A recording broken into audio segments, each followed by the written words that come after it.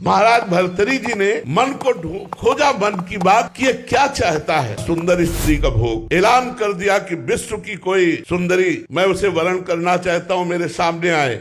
तो बहुत से जो अपनी सुंदरता का अभिमान रखती थी सुंदरियां एकत्र, क्योंकि चक्रवर्ती सम्राट महाराज भर्तरी, उनमें एक का नाम था पिंगला। भर्तरी जी के चित्त को लुभायमान कर दिया। भर्तरी जी ने उसके साथ पाणी ग्रहण किया। उन्होंने कहा राजपाट हमारा छोटा भाई विक्रमादित्य संभालेगा। अब मैं देखता हूँ इस काम में सुख कितना है। जिस काम के लिए मेरा मन लालायित हुआ, पहले मैं सुख से तृप्ति प्राप्त करूंगा। अब राजमहल केवल समय से भोजन पहुंच जाएगा, कोई भी राजकाज सब विक्रमादित्य के ऊपर, और आप केवल भोग निर्णय करने के लिए। बहुत वर्ष व्यतीत होते गए, लेकिन समय नहीं पता चला। पिंगला एक दिन अपने महल के पार्श्व की तरफ देखा, एक हष्ट पुष्ट जवान घोड़ों की रखवाली करवा रहा था। कोई मालिश कर रहा है, कोई कुछ कर, उसे अश्वपाल कहते हैं। देखा और जम गया। पिंगला ने दासी को भेजा, अश्वपाल से कौन मिलना चाहती। अब महाराज जब शयन में होते तब अश्वपाल से मिलना शुरू हुआ। अब आप बहुत ध्यान से सुनना। एक गरीब ब्राह्मण तपस्या कर रहा था देवराज इंद्र के लिए कि वो प्रसन्न और मुझे धन दे। देवराज इंद्र प्रकट हुए और एक फल दिया, बोले अमर फल, इसे खाने से अमर हो जाता है। बस अंतर ध्यान हो गए। उनका मेरी बात भी नहीं सुनी। मुझे गरीब को अमर होके क्या करना है, मुझे तो धन चाहिए था। ये अमर फल मैं महाराज भर्तरी को दे देता हूँ, और भर्तरी धर्मात्मा राजा है, वो अमर रहेंगे तो हमारी प्रजा सुखी रहेगी। महाराज की जय हो। कहो विप्रवर कैसे आगमन हुआ। महाराज मैंने तपस्या कर, मुझे देवराज इंद्र ने एक अमर फल दिया, इसे खाने से अमर हो जाया जाता है। आज्ञा करी, जितना खजाने से धन चाहिए इनको दे दीजिए। अमर फल लिया, सोचा मेरी आसक्ति पिंगला पे है, मैं अमर होकर क्या करूंगा। अगर पिंगला अमर रहेगी तो मैं सुखी रहूंगा। पिंगला को बुलाया और कहा ये हमारे